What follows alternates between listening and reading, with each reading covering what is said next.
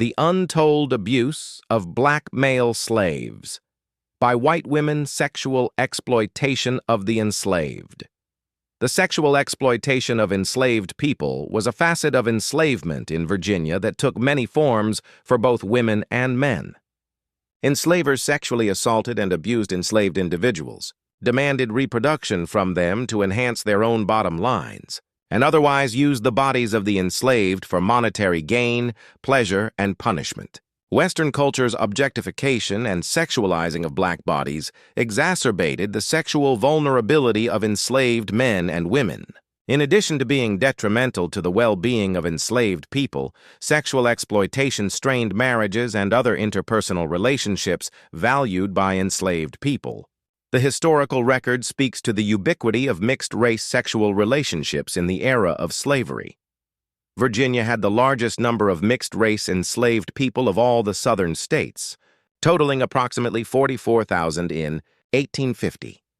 While some of these sexual relationships were long-term and some enslaved men and women navigated sexually intimate relations with their enslavers and other white people in an effort to survive and secure better treatment, historians question whether any relationships under such an unequal power dynamic can be considered consensual.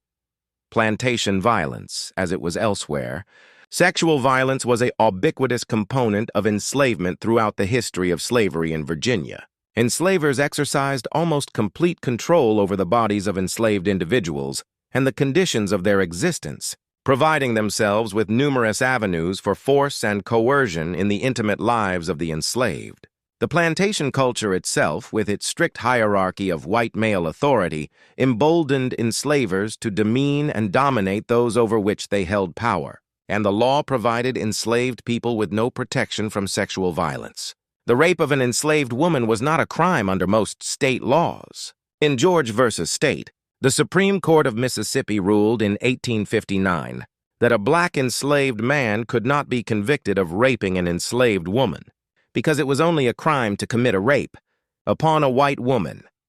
Because of this absence of legal protection, historians lack an archive of legal cases to determine the extent of sexual violence against the enslaved and must rely on other evidence. For enslaved women in particular, slave narratives speak to the ubiquity and constant threat of sexual violence at the hands of enslavers, their family members, overseers, and others.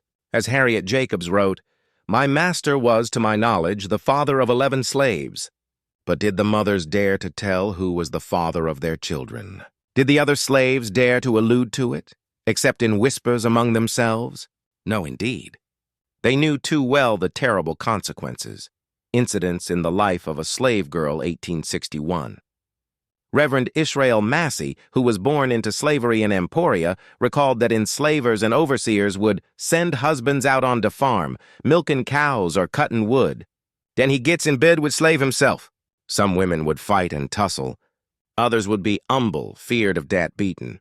Elizabeth Keckley, who was born into slavery in the Piedmont region of Virginia and taken by her enslavers to North Carolina, told in her narrative Behind the Scenes, or 30 Years a Slave and 4 Years in the White House, 1868, of being repeatedly raped by the son of a wealthy plantation owner who lived nearby. Eventually, she gave birth to son that he fathered. Indeed, the sons of enslavers often repeated the patterns of sexual exploitation they learned on the plantation.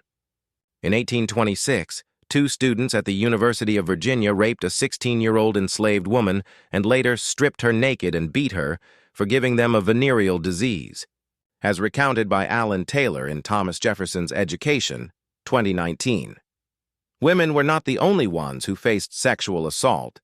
Jacobs noted that in addition to raping enslaved women, enslavers did, in some cases, exercise the same authority over the male slaves. In a 1787 incident in Maryland, an enslaved man was sexually assaulted when he was forced at gunpoint by 2 white men to rape a free black woman. As with enslaved women, fighting back was usually futile, as those who resisted would be whipped or sold to a plantation in the lower South, separated from their families and consigned to a life of even harder labor. Nonetheless, some enslaved people did resist, self-emancipating, fighting back, or in extreme cases, resorting to the murder of their abusers. Western culture's objectification and sexualizing of black bodies contributed to the sexual vulnerability of enslaved men and women. Black women had long been depicted by early European travelers as especially fertile and hypersexual, a view that was carried over to enslaved women to justify sexual contact without consent. Both enslaved men and women endured violations of their bodies and a general lack of consideration for their privacy. They were scrutinized, groped, and objectified by enslavers. At slave auctions, black women were sometimes paraded with their bodies exposed to advertise their potential to bear children. Stripping enslaved people to whip them was a common sexualized humiliation added to corporal punishment. In addition, enslaved people often were provided with inadequate clothing, and this exposure contributed to their vulnerability. Traveling in 18th century Virginia, François-Jean de Chastellux recorded seeing young Negroes from 16 to 20 years old, with not an article of clothing, but a loose shirt, descending halfway down their thighs, waiting at table. Reproductive control and coercion enslavers had a financial interest in enslaved people's reproduction, as children born to enslaved women inherited their mother's enslaved status. This natural increase, as it was termed, enriched enslavers' bottom lines. Nowhere was this more so than in Virginia and other states of the Upper South, where a large enslaved population, the ending of the transatlantic slave trade, and a declining agricultural sector combined to make it profitable for enslavers to sell their surplus slave labor to the booming cotton states of the Lower South. In 1832, during a debate over slavery in the House of Delegates, James H. Golson of Brunswick County compared enslavers' right to the increase of their enslaved women to that of the owner of brood mares, and noted that this increase consists of much of our wealth. During the same debate, Thomas Jefferson Randolph noted that 8,500 enslaved people were exported annually from Virginia to the Deep South and said, "It is a practice and an increasing practice in parts of Virginia to rear slaves for market." Historians disagree about how systemic forced reproduction was, but it is clear from oral histories and other first-hand accounts that enslavers did engage in the practice. James Green, who was enslaved in Virginia, recalled that his master chooses de wife for every man on de place. No one had no say as to who he was goin' to get for a wife. All the wedding ceremony we had was with Moster's finger pointing out who was whose wife. Will Ann Rogers remembered that her mother, who had been enslaved in Virginia, told her that her owner mated slaves like stock. Sam Everett, enslaved in Virginia, recalled that if there seemed to be any slight reluctance on the part of either of the unfortunate ones, Big Jim would make them consummate this relationship in his presence. He noted that this brought sadistic pleasure for the enslaver beyond the profits to be gained. He enjoyed these orgies very much and often entertained his friends in this manner. Quite often, he and his guests would engage in these debaucheries, choosing for themselves the prettiest of the young women. Enslaved women were commonly referred to in terms that reduced them to their reproductive capacity. Massey recalled hearing enslaved women sold at the local slave auction being referred to as a fine wench or a good breeder. Similarly, some enslaved men with imposing physical builds were used as stockmen to impregnate a number of women with no regard for family connections. One slave recounted being forced to reproduce with 15 women and father dozens of children.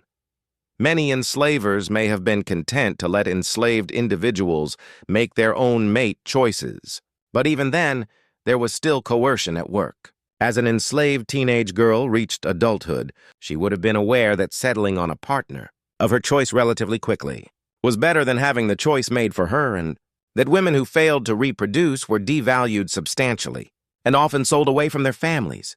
Enslavers encouraged enslaved women to bear children in subtle and not-so-subtle ways. Many provided pregnant and nursing women with extra rations and reduced workloads. Some were known to make small presents to enslaved women when they had a baby. In 1792, a Virginia enslaver named B. Talbert promised an enslaved woman named Jenny that he would emancipate her and her 6th child if she would bear him 5 children, which according to Deborah Gray White he did in 1803.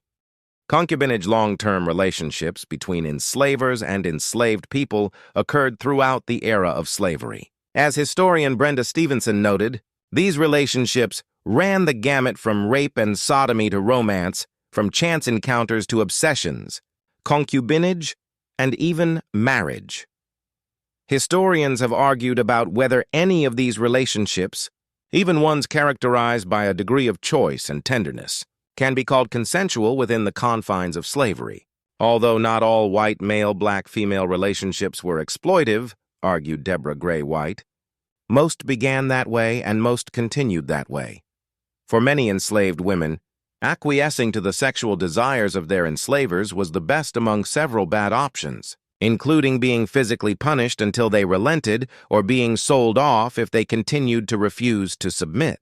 Some women made peace with their situation, knowing it would result in better treatment, such as working in the house as a domestic servant for themselves and their children.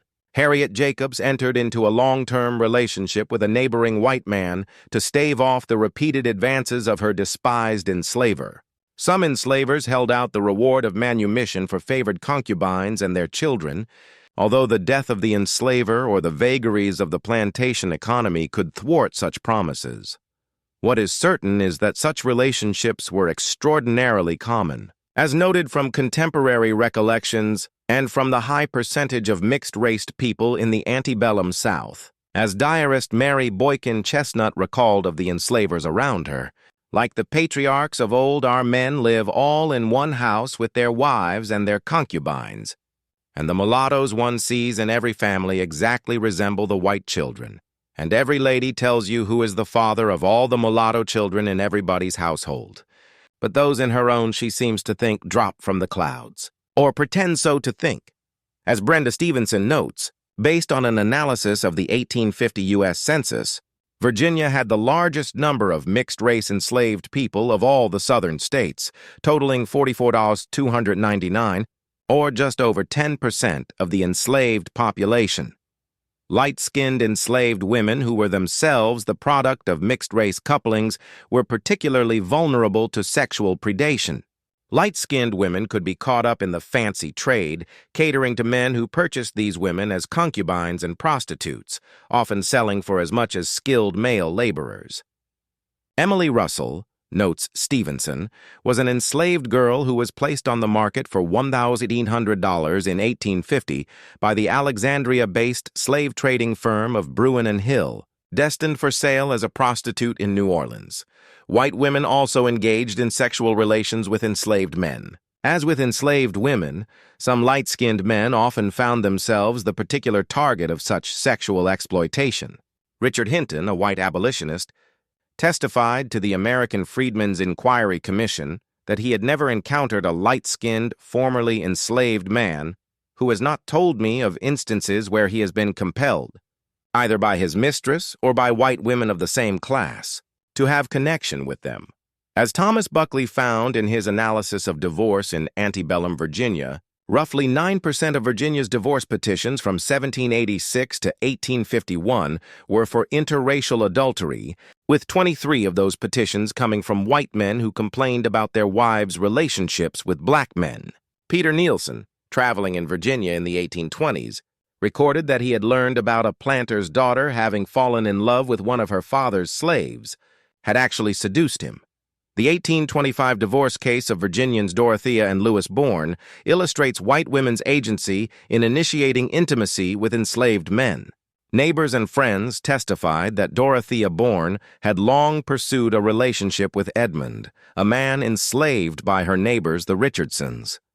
Judith Richardson testified that Bourne was often seen lurking about her Negroes' houses, and others testified that they believed Bourne had several children by Edmund. Notably, these witnesses did not express shock, suggesting that such interactions were not uncommon. Sexual exploitation was but one weapon used by enslavers to keep enslaved people subordinated and degraded. Enslavers benefited in many ways from the violations of black men's and women's bodies, including through physical and emotional gratification, reaping the power of victimizers, and the monetary profits associated with the reproduction of the enslaved. 80s traveling in Virginia, François-Jean de Chastellux records seeing young Negroes from 16 to 20 years old, with not an article of clothing but a loose shirt, descending halfway down their thighs, waiting at table. 1786, 1851, roughly 9% of Virginia's divorce petitions are for interracial adultery, with 23 of those petitions coming from white men who complained about their wives' relationships with black men. 7 in Maryland. An enslaved man is forced to rape a free black woman at gunpoint by 2 white men. A. Virginia. Enslaver named B. Talbert promises an enslaved woman named Jenny that he will emancipate her and her 6th child if she would bear him 5 children, which, according to Deborah Gray White, he did in 1803, 1820s while traveling in Virginia. Peter Nielsen records that he learned about a planter's daughter having fallen in love with one of her father's slaves, had actually seduced him. 1825 in the divorce case of Virginians Dorothea and Louis Bourne, neighbors and friends, testified that Dorothea Bourne had long pursued a relationship with Edmund, a man enslaved by her neighbors, the Richardsons. 1826, 2 students at the University of Virginia rape a 16-year-old enslaved woman and later stripped her naked and beat her for giving them a venereal disease. January 12th, 1832 during a debate over slavery in the House of Delegates. James H. Golson of Brunswick County compares enslavers' right to the increase of their enslaved women to that of the owner of brood mares, and noted that this increase consists of much of our wealth. January 21, 1832 during a debate over slavery in the House of Delegates.